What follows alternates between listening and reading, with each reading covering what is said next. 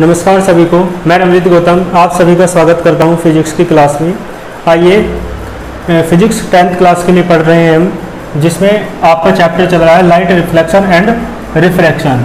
तो उसके अंतर्गत इमेज फॉर्मेशन के लॉज हम पढ़ रहे हैं। 2 लॉ मैंने करा दिए थे आपको, तीसरा लॉ आज देख लेते हैं, लॉज ऑफ इमेज फॉर्मेशन। ठीक है, यानी इमेज कैसे बनती है किसी मिरर के द्वारा। कौन से मिरर के द्वारा? By spherical mirror. Spherical mirrors के द्वारा इमेज कैसे बनती है, ये बात आपको, ठीक है, ये रूल्स बताएंगे। और ये रूल्स आप पढ़ रहे हैं, जिसके अंतर्गत आप 2 रूल्स पढ़ चुके हैं प्रीवियस क्लासेस में। आइए आज की क्लास में हम देख लेते हैं 3rd रूल। तो जो तीसरा रूल है वो भी उसी तरीके का है। पहले ए पार्ट देख लेते हैं इसका। और ए पार्ट किसके लिए होगा? कॉनकेव मिरर के लिए। तो कॉनकेव मिरर बना लेते हैं पहले। आपको पता है, अब तक पहचान हो चुकी होगी, मैं बार बार अब है ना नहीं बताऊंगा, तो आप समझते हैं कॉनकेव मिरर है ये। और ये जो बीच में पॉइंट होता है इसे पोल कहते हैं। मान लो यहाँ पर सेंटर ऑफ कर्वेचर है, तो बीच में एक पॉइंट होता है जिसे प्रिंसिपल फोकस कहा जाता है। ठीक है, तो देखो 3rd रूल ये है कि जो लाइट रे सेंटर ऑफ कर्वेचर से पास होकर आती है, देखो जैसे पास होकर आ रही है ना सेंटर ऑफ कर्वेचर से, तो ये जाके टकराएगी मिरर से रिफ्लेक्शन होगा और टकरा के ये वापस आ जाएगी उसी मार्ग से, उसी पाथ से, है ना। तो ये कौन सा मिरर है? Concave mirror. ठीक है, कौन सा मिरर है? Concave mirror.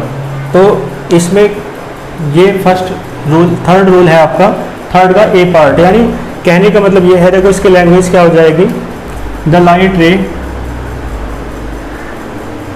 रेज है ना, प्लूरल में बात करो, द लाइट रेज। कौन सी light rays?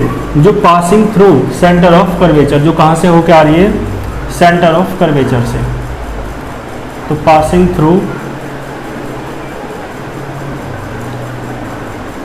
Centre of curvature. आप जानते हैं सेंटर ऑफ कर्वेचर को किससे डिनोट किया जाता है? कैपिटल C से डिनोट किया जाता है।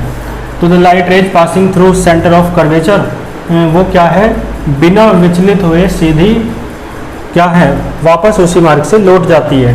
तो ठीक है, जो यानी वही लाइट रेज जो कहाँ से होकर आ रही है? सेंटर ऑफ कर्वेचर से होकर आ रही है, वो कहाँ से पास होकर जाती है?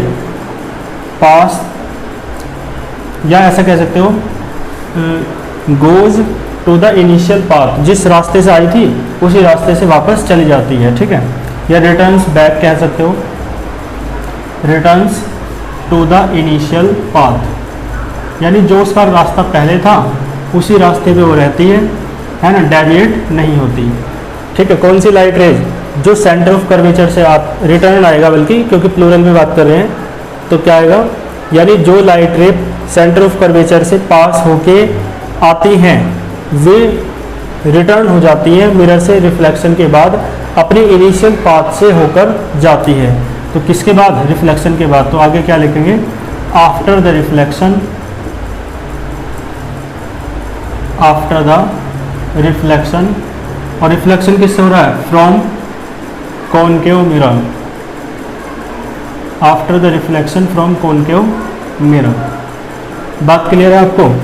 तो ये रूल तो यही था कि जो लाइट रे सेंटर ऑफ कर्वेचर से होके आएगी, वो कॉनकेव मिरर से रिफ्लेक्शन के बाद वापस उसी पाथ से, बिना डेविएट हुए वापस उसी पाथ से लौट जाएगी। ठीक है, ए पार्ट आपको समझ में आ गया होगा। आइए अब इसके बी पार्ट की ओर चलते हैं। तो बी पार्ट, इसे आप नोट कर लेंगे, इसका बी पार्ट देख लीजिए। ठीक है, तो बी पार्ट किसके लिए हो जाएगा आप समझ सकते हैं? वो हो जाएगा आपका कॉन्वेक्स मिरर के लिए। तो डायग्राम देख लेते हैं पहले, लैंग्वेज फिर बाद में लिख देंगे। तो कॉन्वेक्स मिरर बना लेते हैं, आपको पहचान होगी कॉन्वेक्स मिरर, यानी कॉन्वेक्स माने उभरा हुआ। तो जो इसका उभरा हुआ सरफेस है वो कैसा होता है? रिफ्लेक्टिंग होता है ना। और बीच में एक पॉइंट होता है जिसे पोल कहते हैं, और इसका सेंटर ऑफ कर्वेचर इधर होता है।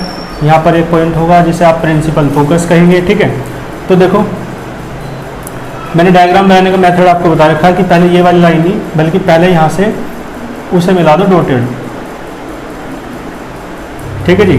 अब इस लाइन को डॉटेड मिलाने के बाद आप इस लाइन को सीधी बढ़ा दो ऐसे।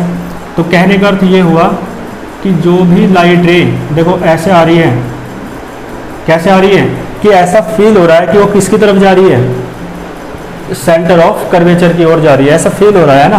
तो टकराने के बाद मिरर से कॉन्वेक्स मिरर से रिफ्लेक्शन के बाद, कॉन्वेक्स मिरर से रिफ्लेक्शन के बाद वो टकरा के वापस उसी पाथ से लौट जाती है। ठीक है, तो ये कौन सा है, थर्ड का बी, यानी जो इमेज फॉर्मेशन के लॉ थे तीनों, तो उसका क्या है, थर्ड का बी है कॉन्वेक्स मिरर के लिए। तो इसमें क्या होता है, द लाइट रेज है ना पासिंग थ्रू, यहाँ पे सेंटर ऑफ कर्वेचर से पास होके नहीं जा रही लाइट, बल्कि ऐसा लग रहा है कि वो किसकी ओर जा रही है, सेंटर ऑफ कर्वेचर की ओर जा रही है। तो देखो क्या चेंज होगा, तो यहाँ पासिंग हट जाएगा, कल भी मैंने चेंज करके बताया था लैंग्वेज में। तो यहाँ पासिंग के प्लेस पे क्या आ जाएगा, देखो पासिंग कौन सी लाइट रे जो किसकी तरफ जाती हुई महसूस हो रही है, सेंटर ऑफ कर्वेचर की ओर जाती हुई फील हो रही है। तो क्या आएगा, एपियर, एपियरिंग है ना, एपियरिंग में नहीं महसूस हो रही है, एपियरिंग टू गो, और किसकी तरफ, टू सेंटर ऑफ कर्वेचर, यानी वे लाइट रेज जो ऐसा फील करा रही हैं कि वो किसकी तरफ जा रही है, सेंटर ऑफ कर्वेचर की तरफ जा रही हैं। तो वे लाइट रेज रिटर्न बैक, वे लाइट रे जो है वो रिटर्न हो जाती है टू द इनिशियल पाथ। देखो जिस रास्ते से आई थी, मिरर से रिफ्लेक्शन करने के बाद, टकराने के बाद वापस उसी रास्ते से चली जाएंगी। तो रिटर्न कह सकते हो, रिटर्न बैक है ना, या कम बैक भी कह सकते हो, रिटर्न का मतलब वापस लौटना होता है।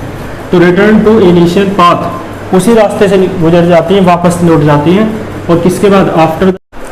ठीक है, तो समझ में आया होगा आपको बहुत अच्छे से। तो ये कॉन्वेक्स मिरर के लिए हो जाएगा आपका रूल थर्ड वाला। तो दोनों रूल आपको मैंने करा दिए हैं आज के। तो कुल मिला के 3 रूल थे, जिसके दो पार्ट थे सबके, क्योंकि कॉनकेव के लिए अलग और कॉन्वेक्स के लिए आपने अलग तरीके से पढ़ा। बाकी PDF नोट्स मैं आपको ग्रुप में प्रोवाइड करा दूंगा, और साथ में आप है ना साथ साथ लर्न करते चलें, ताकि आगे कोई भी समस्या ना आए। और जो भी टॉपिक मैं पढ़ाऊँ आप उसे बुक से भी अवश्य पढ़ा करें, क्योंकि बुक से पढ़ेंगे तभी आपको और भी ज़्यादा क्लियरिटी आएगी पढ़ने में। और जो भी आपको प्रॉब्लम हो तो आप कमेंट बॉक्स में बता सकते हैं, व्हाट्सएप पे बता सकते हैं। बाकी आप है ना अपनी समस्याएं रखते रहें, बहुत अच्छे से पढ़ते रहें, और चैनल को भी सब्सक्राइब करें अधिक से अधिक।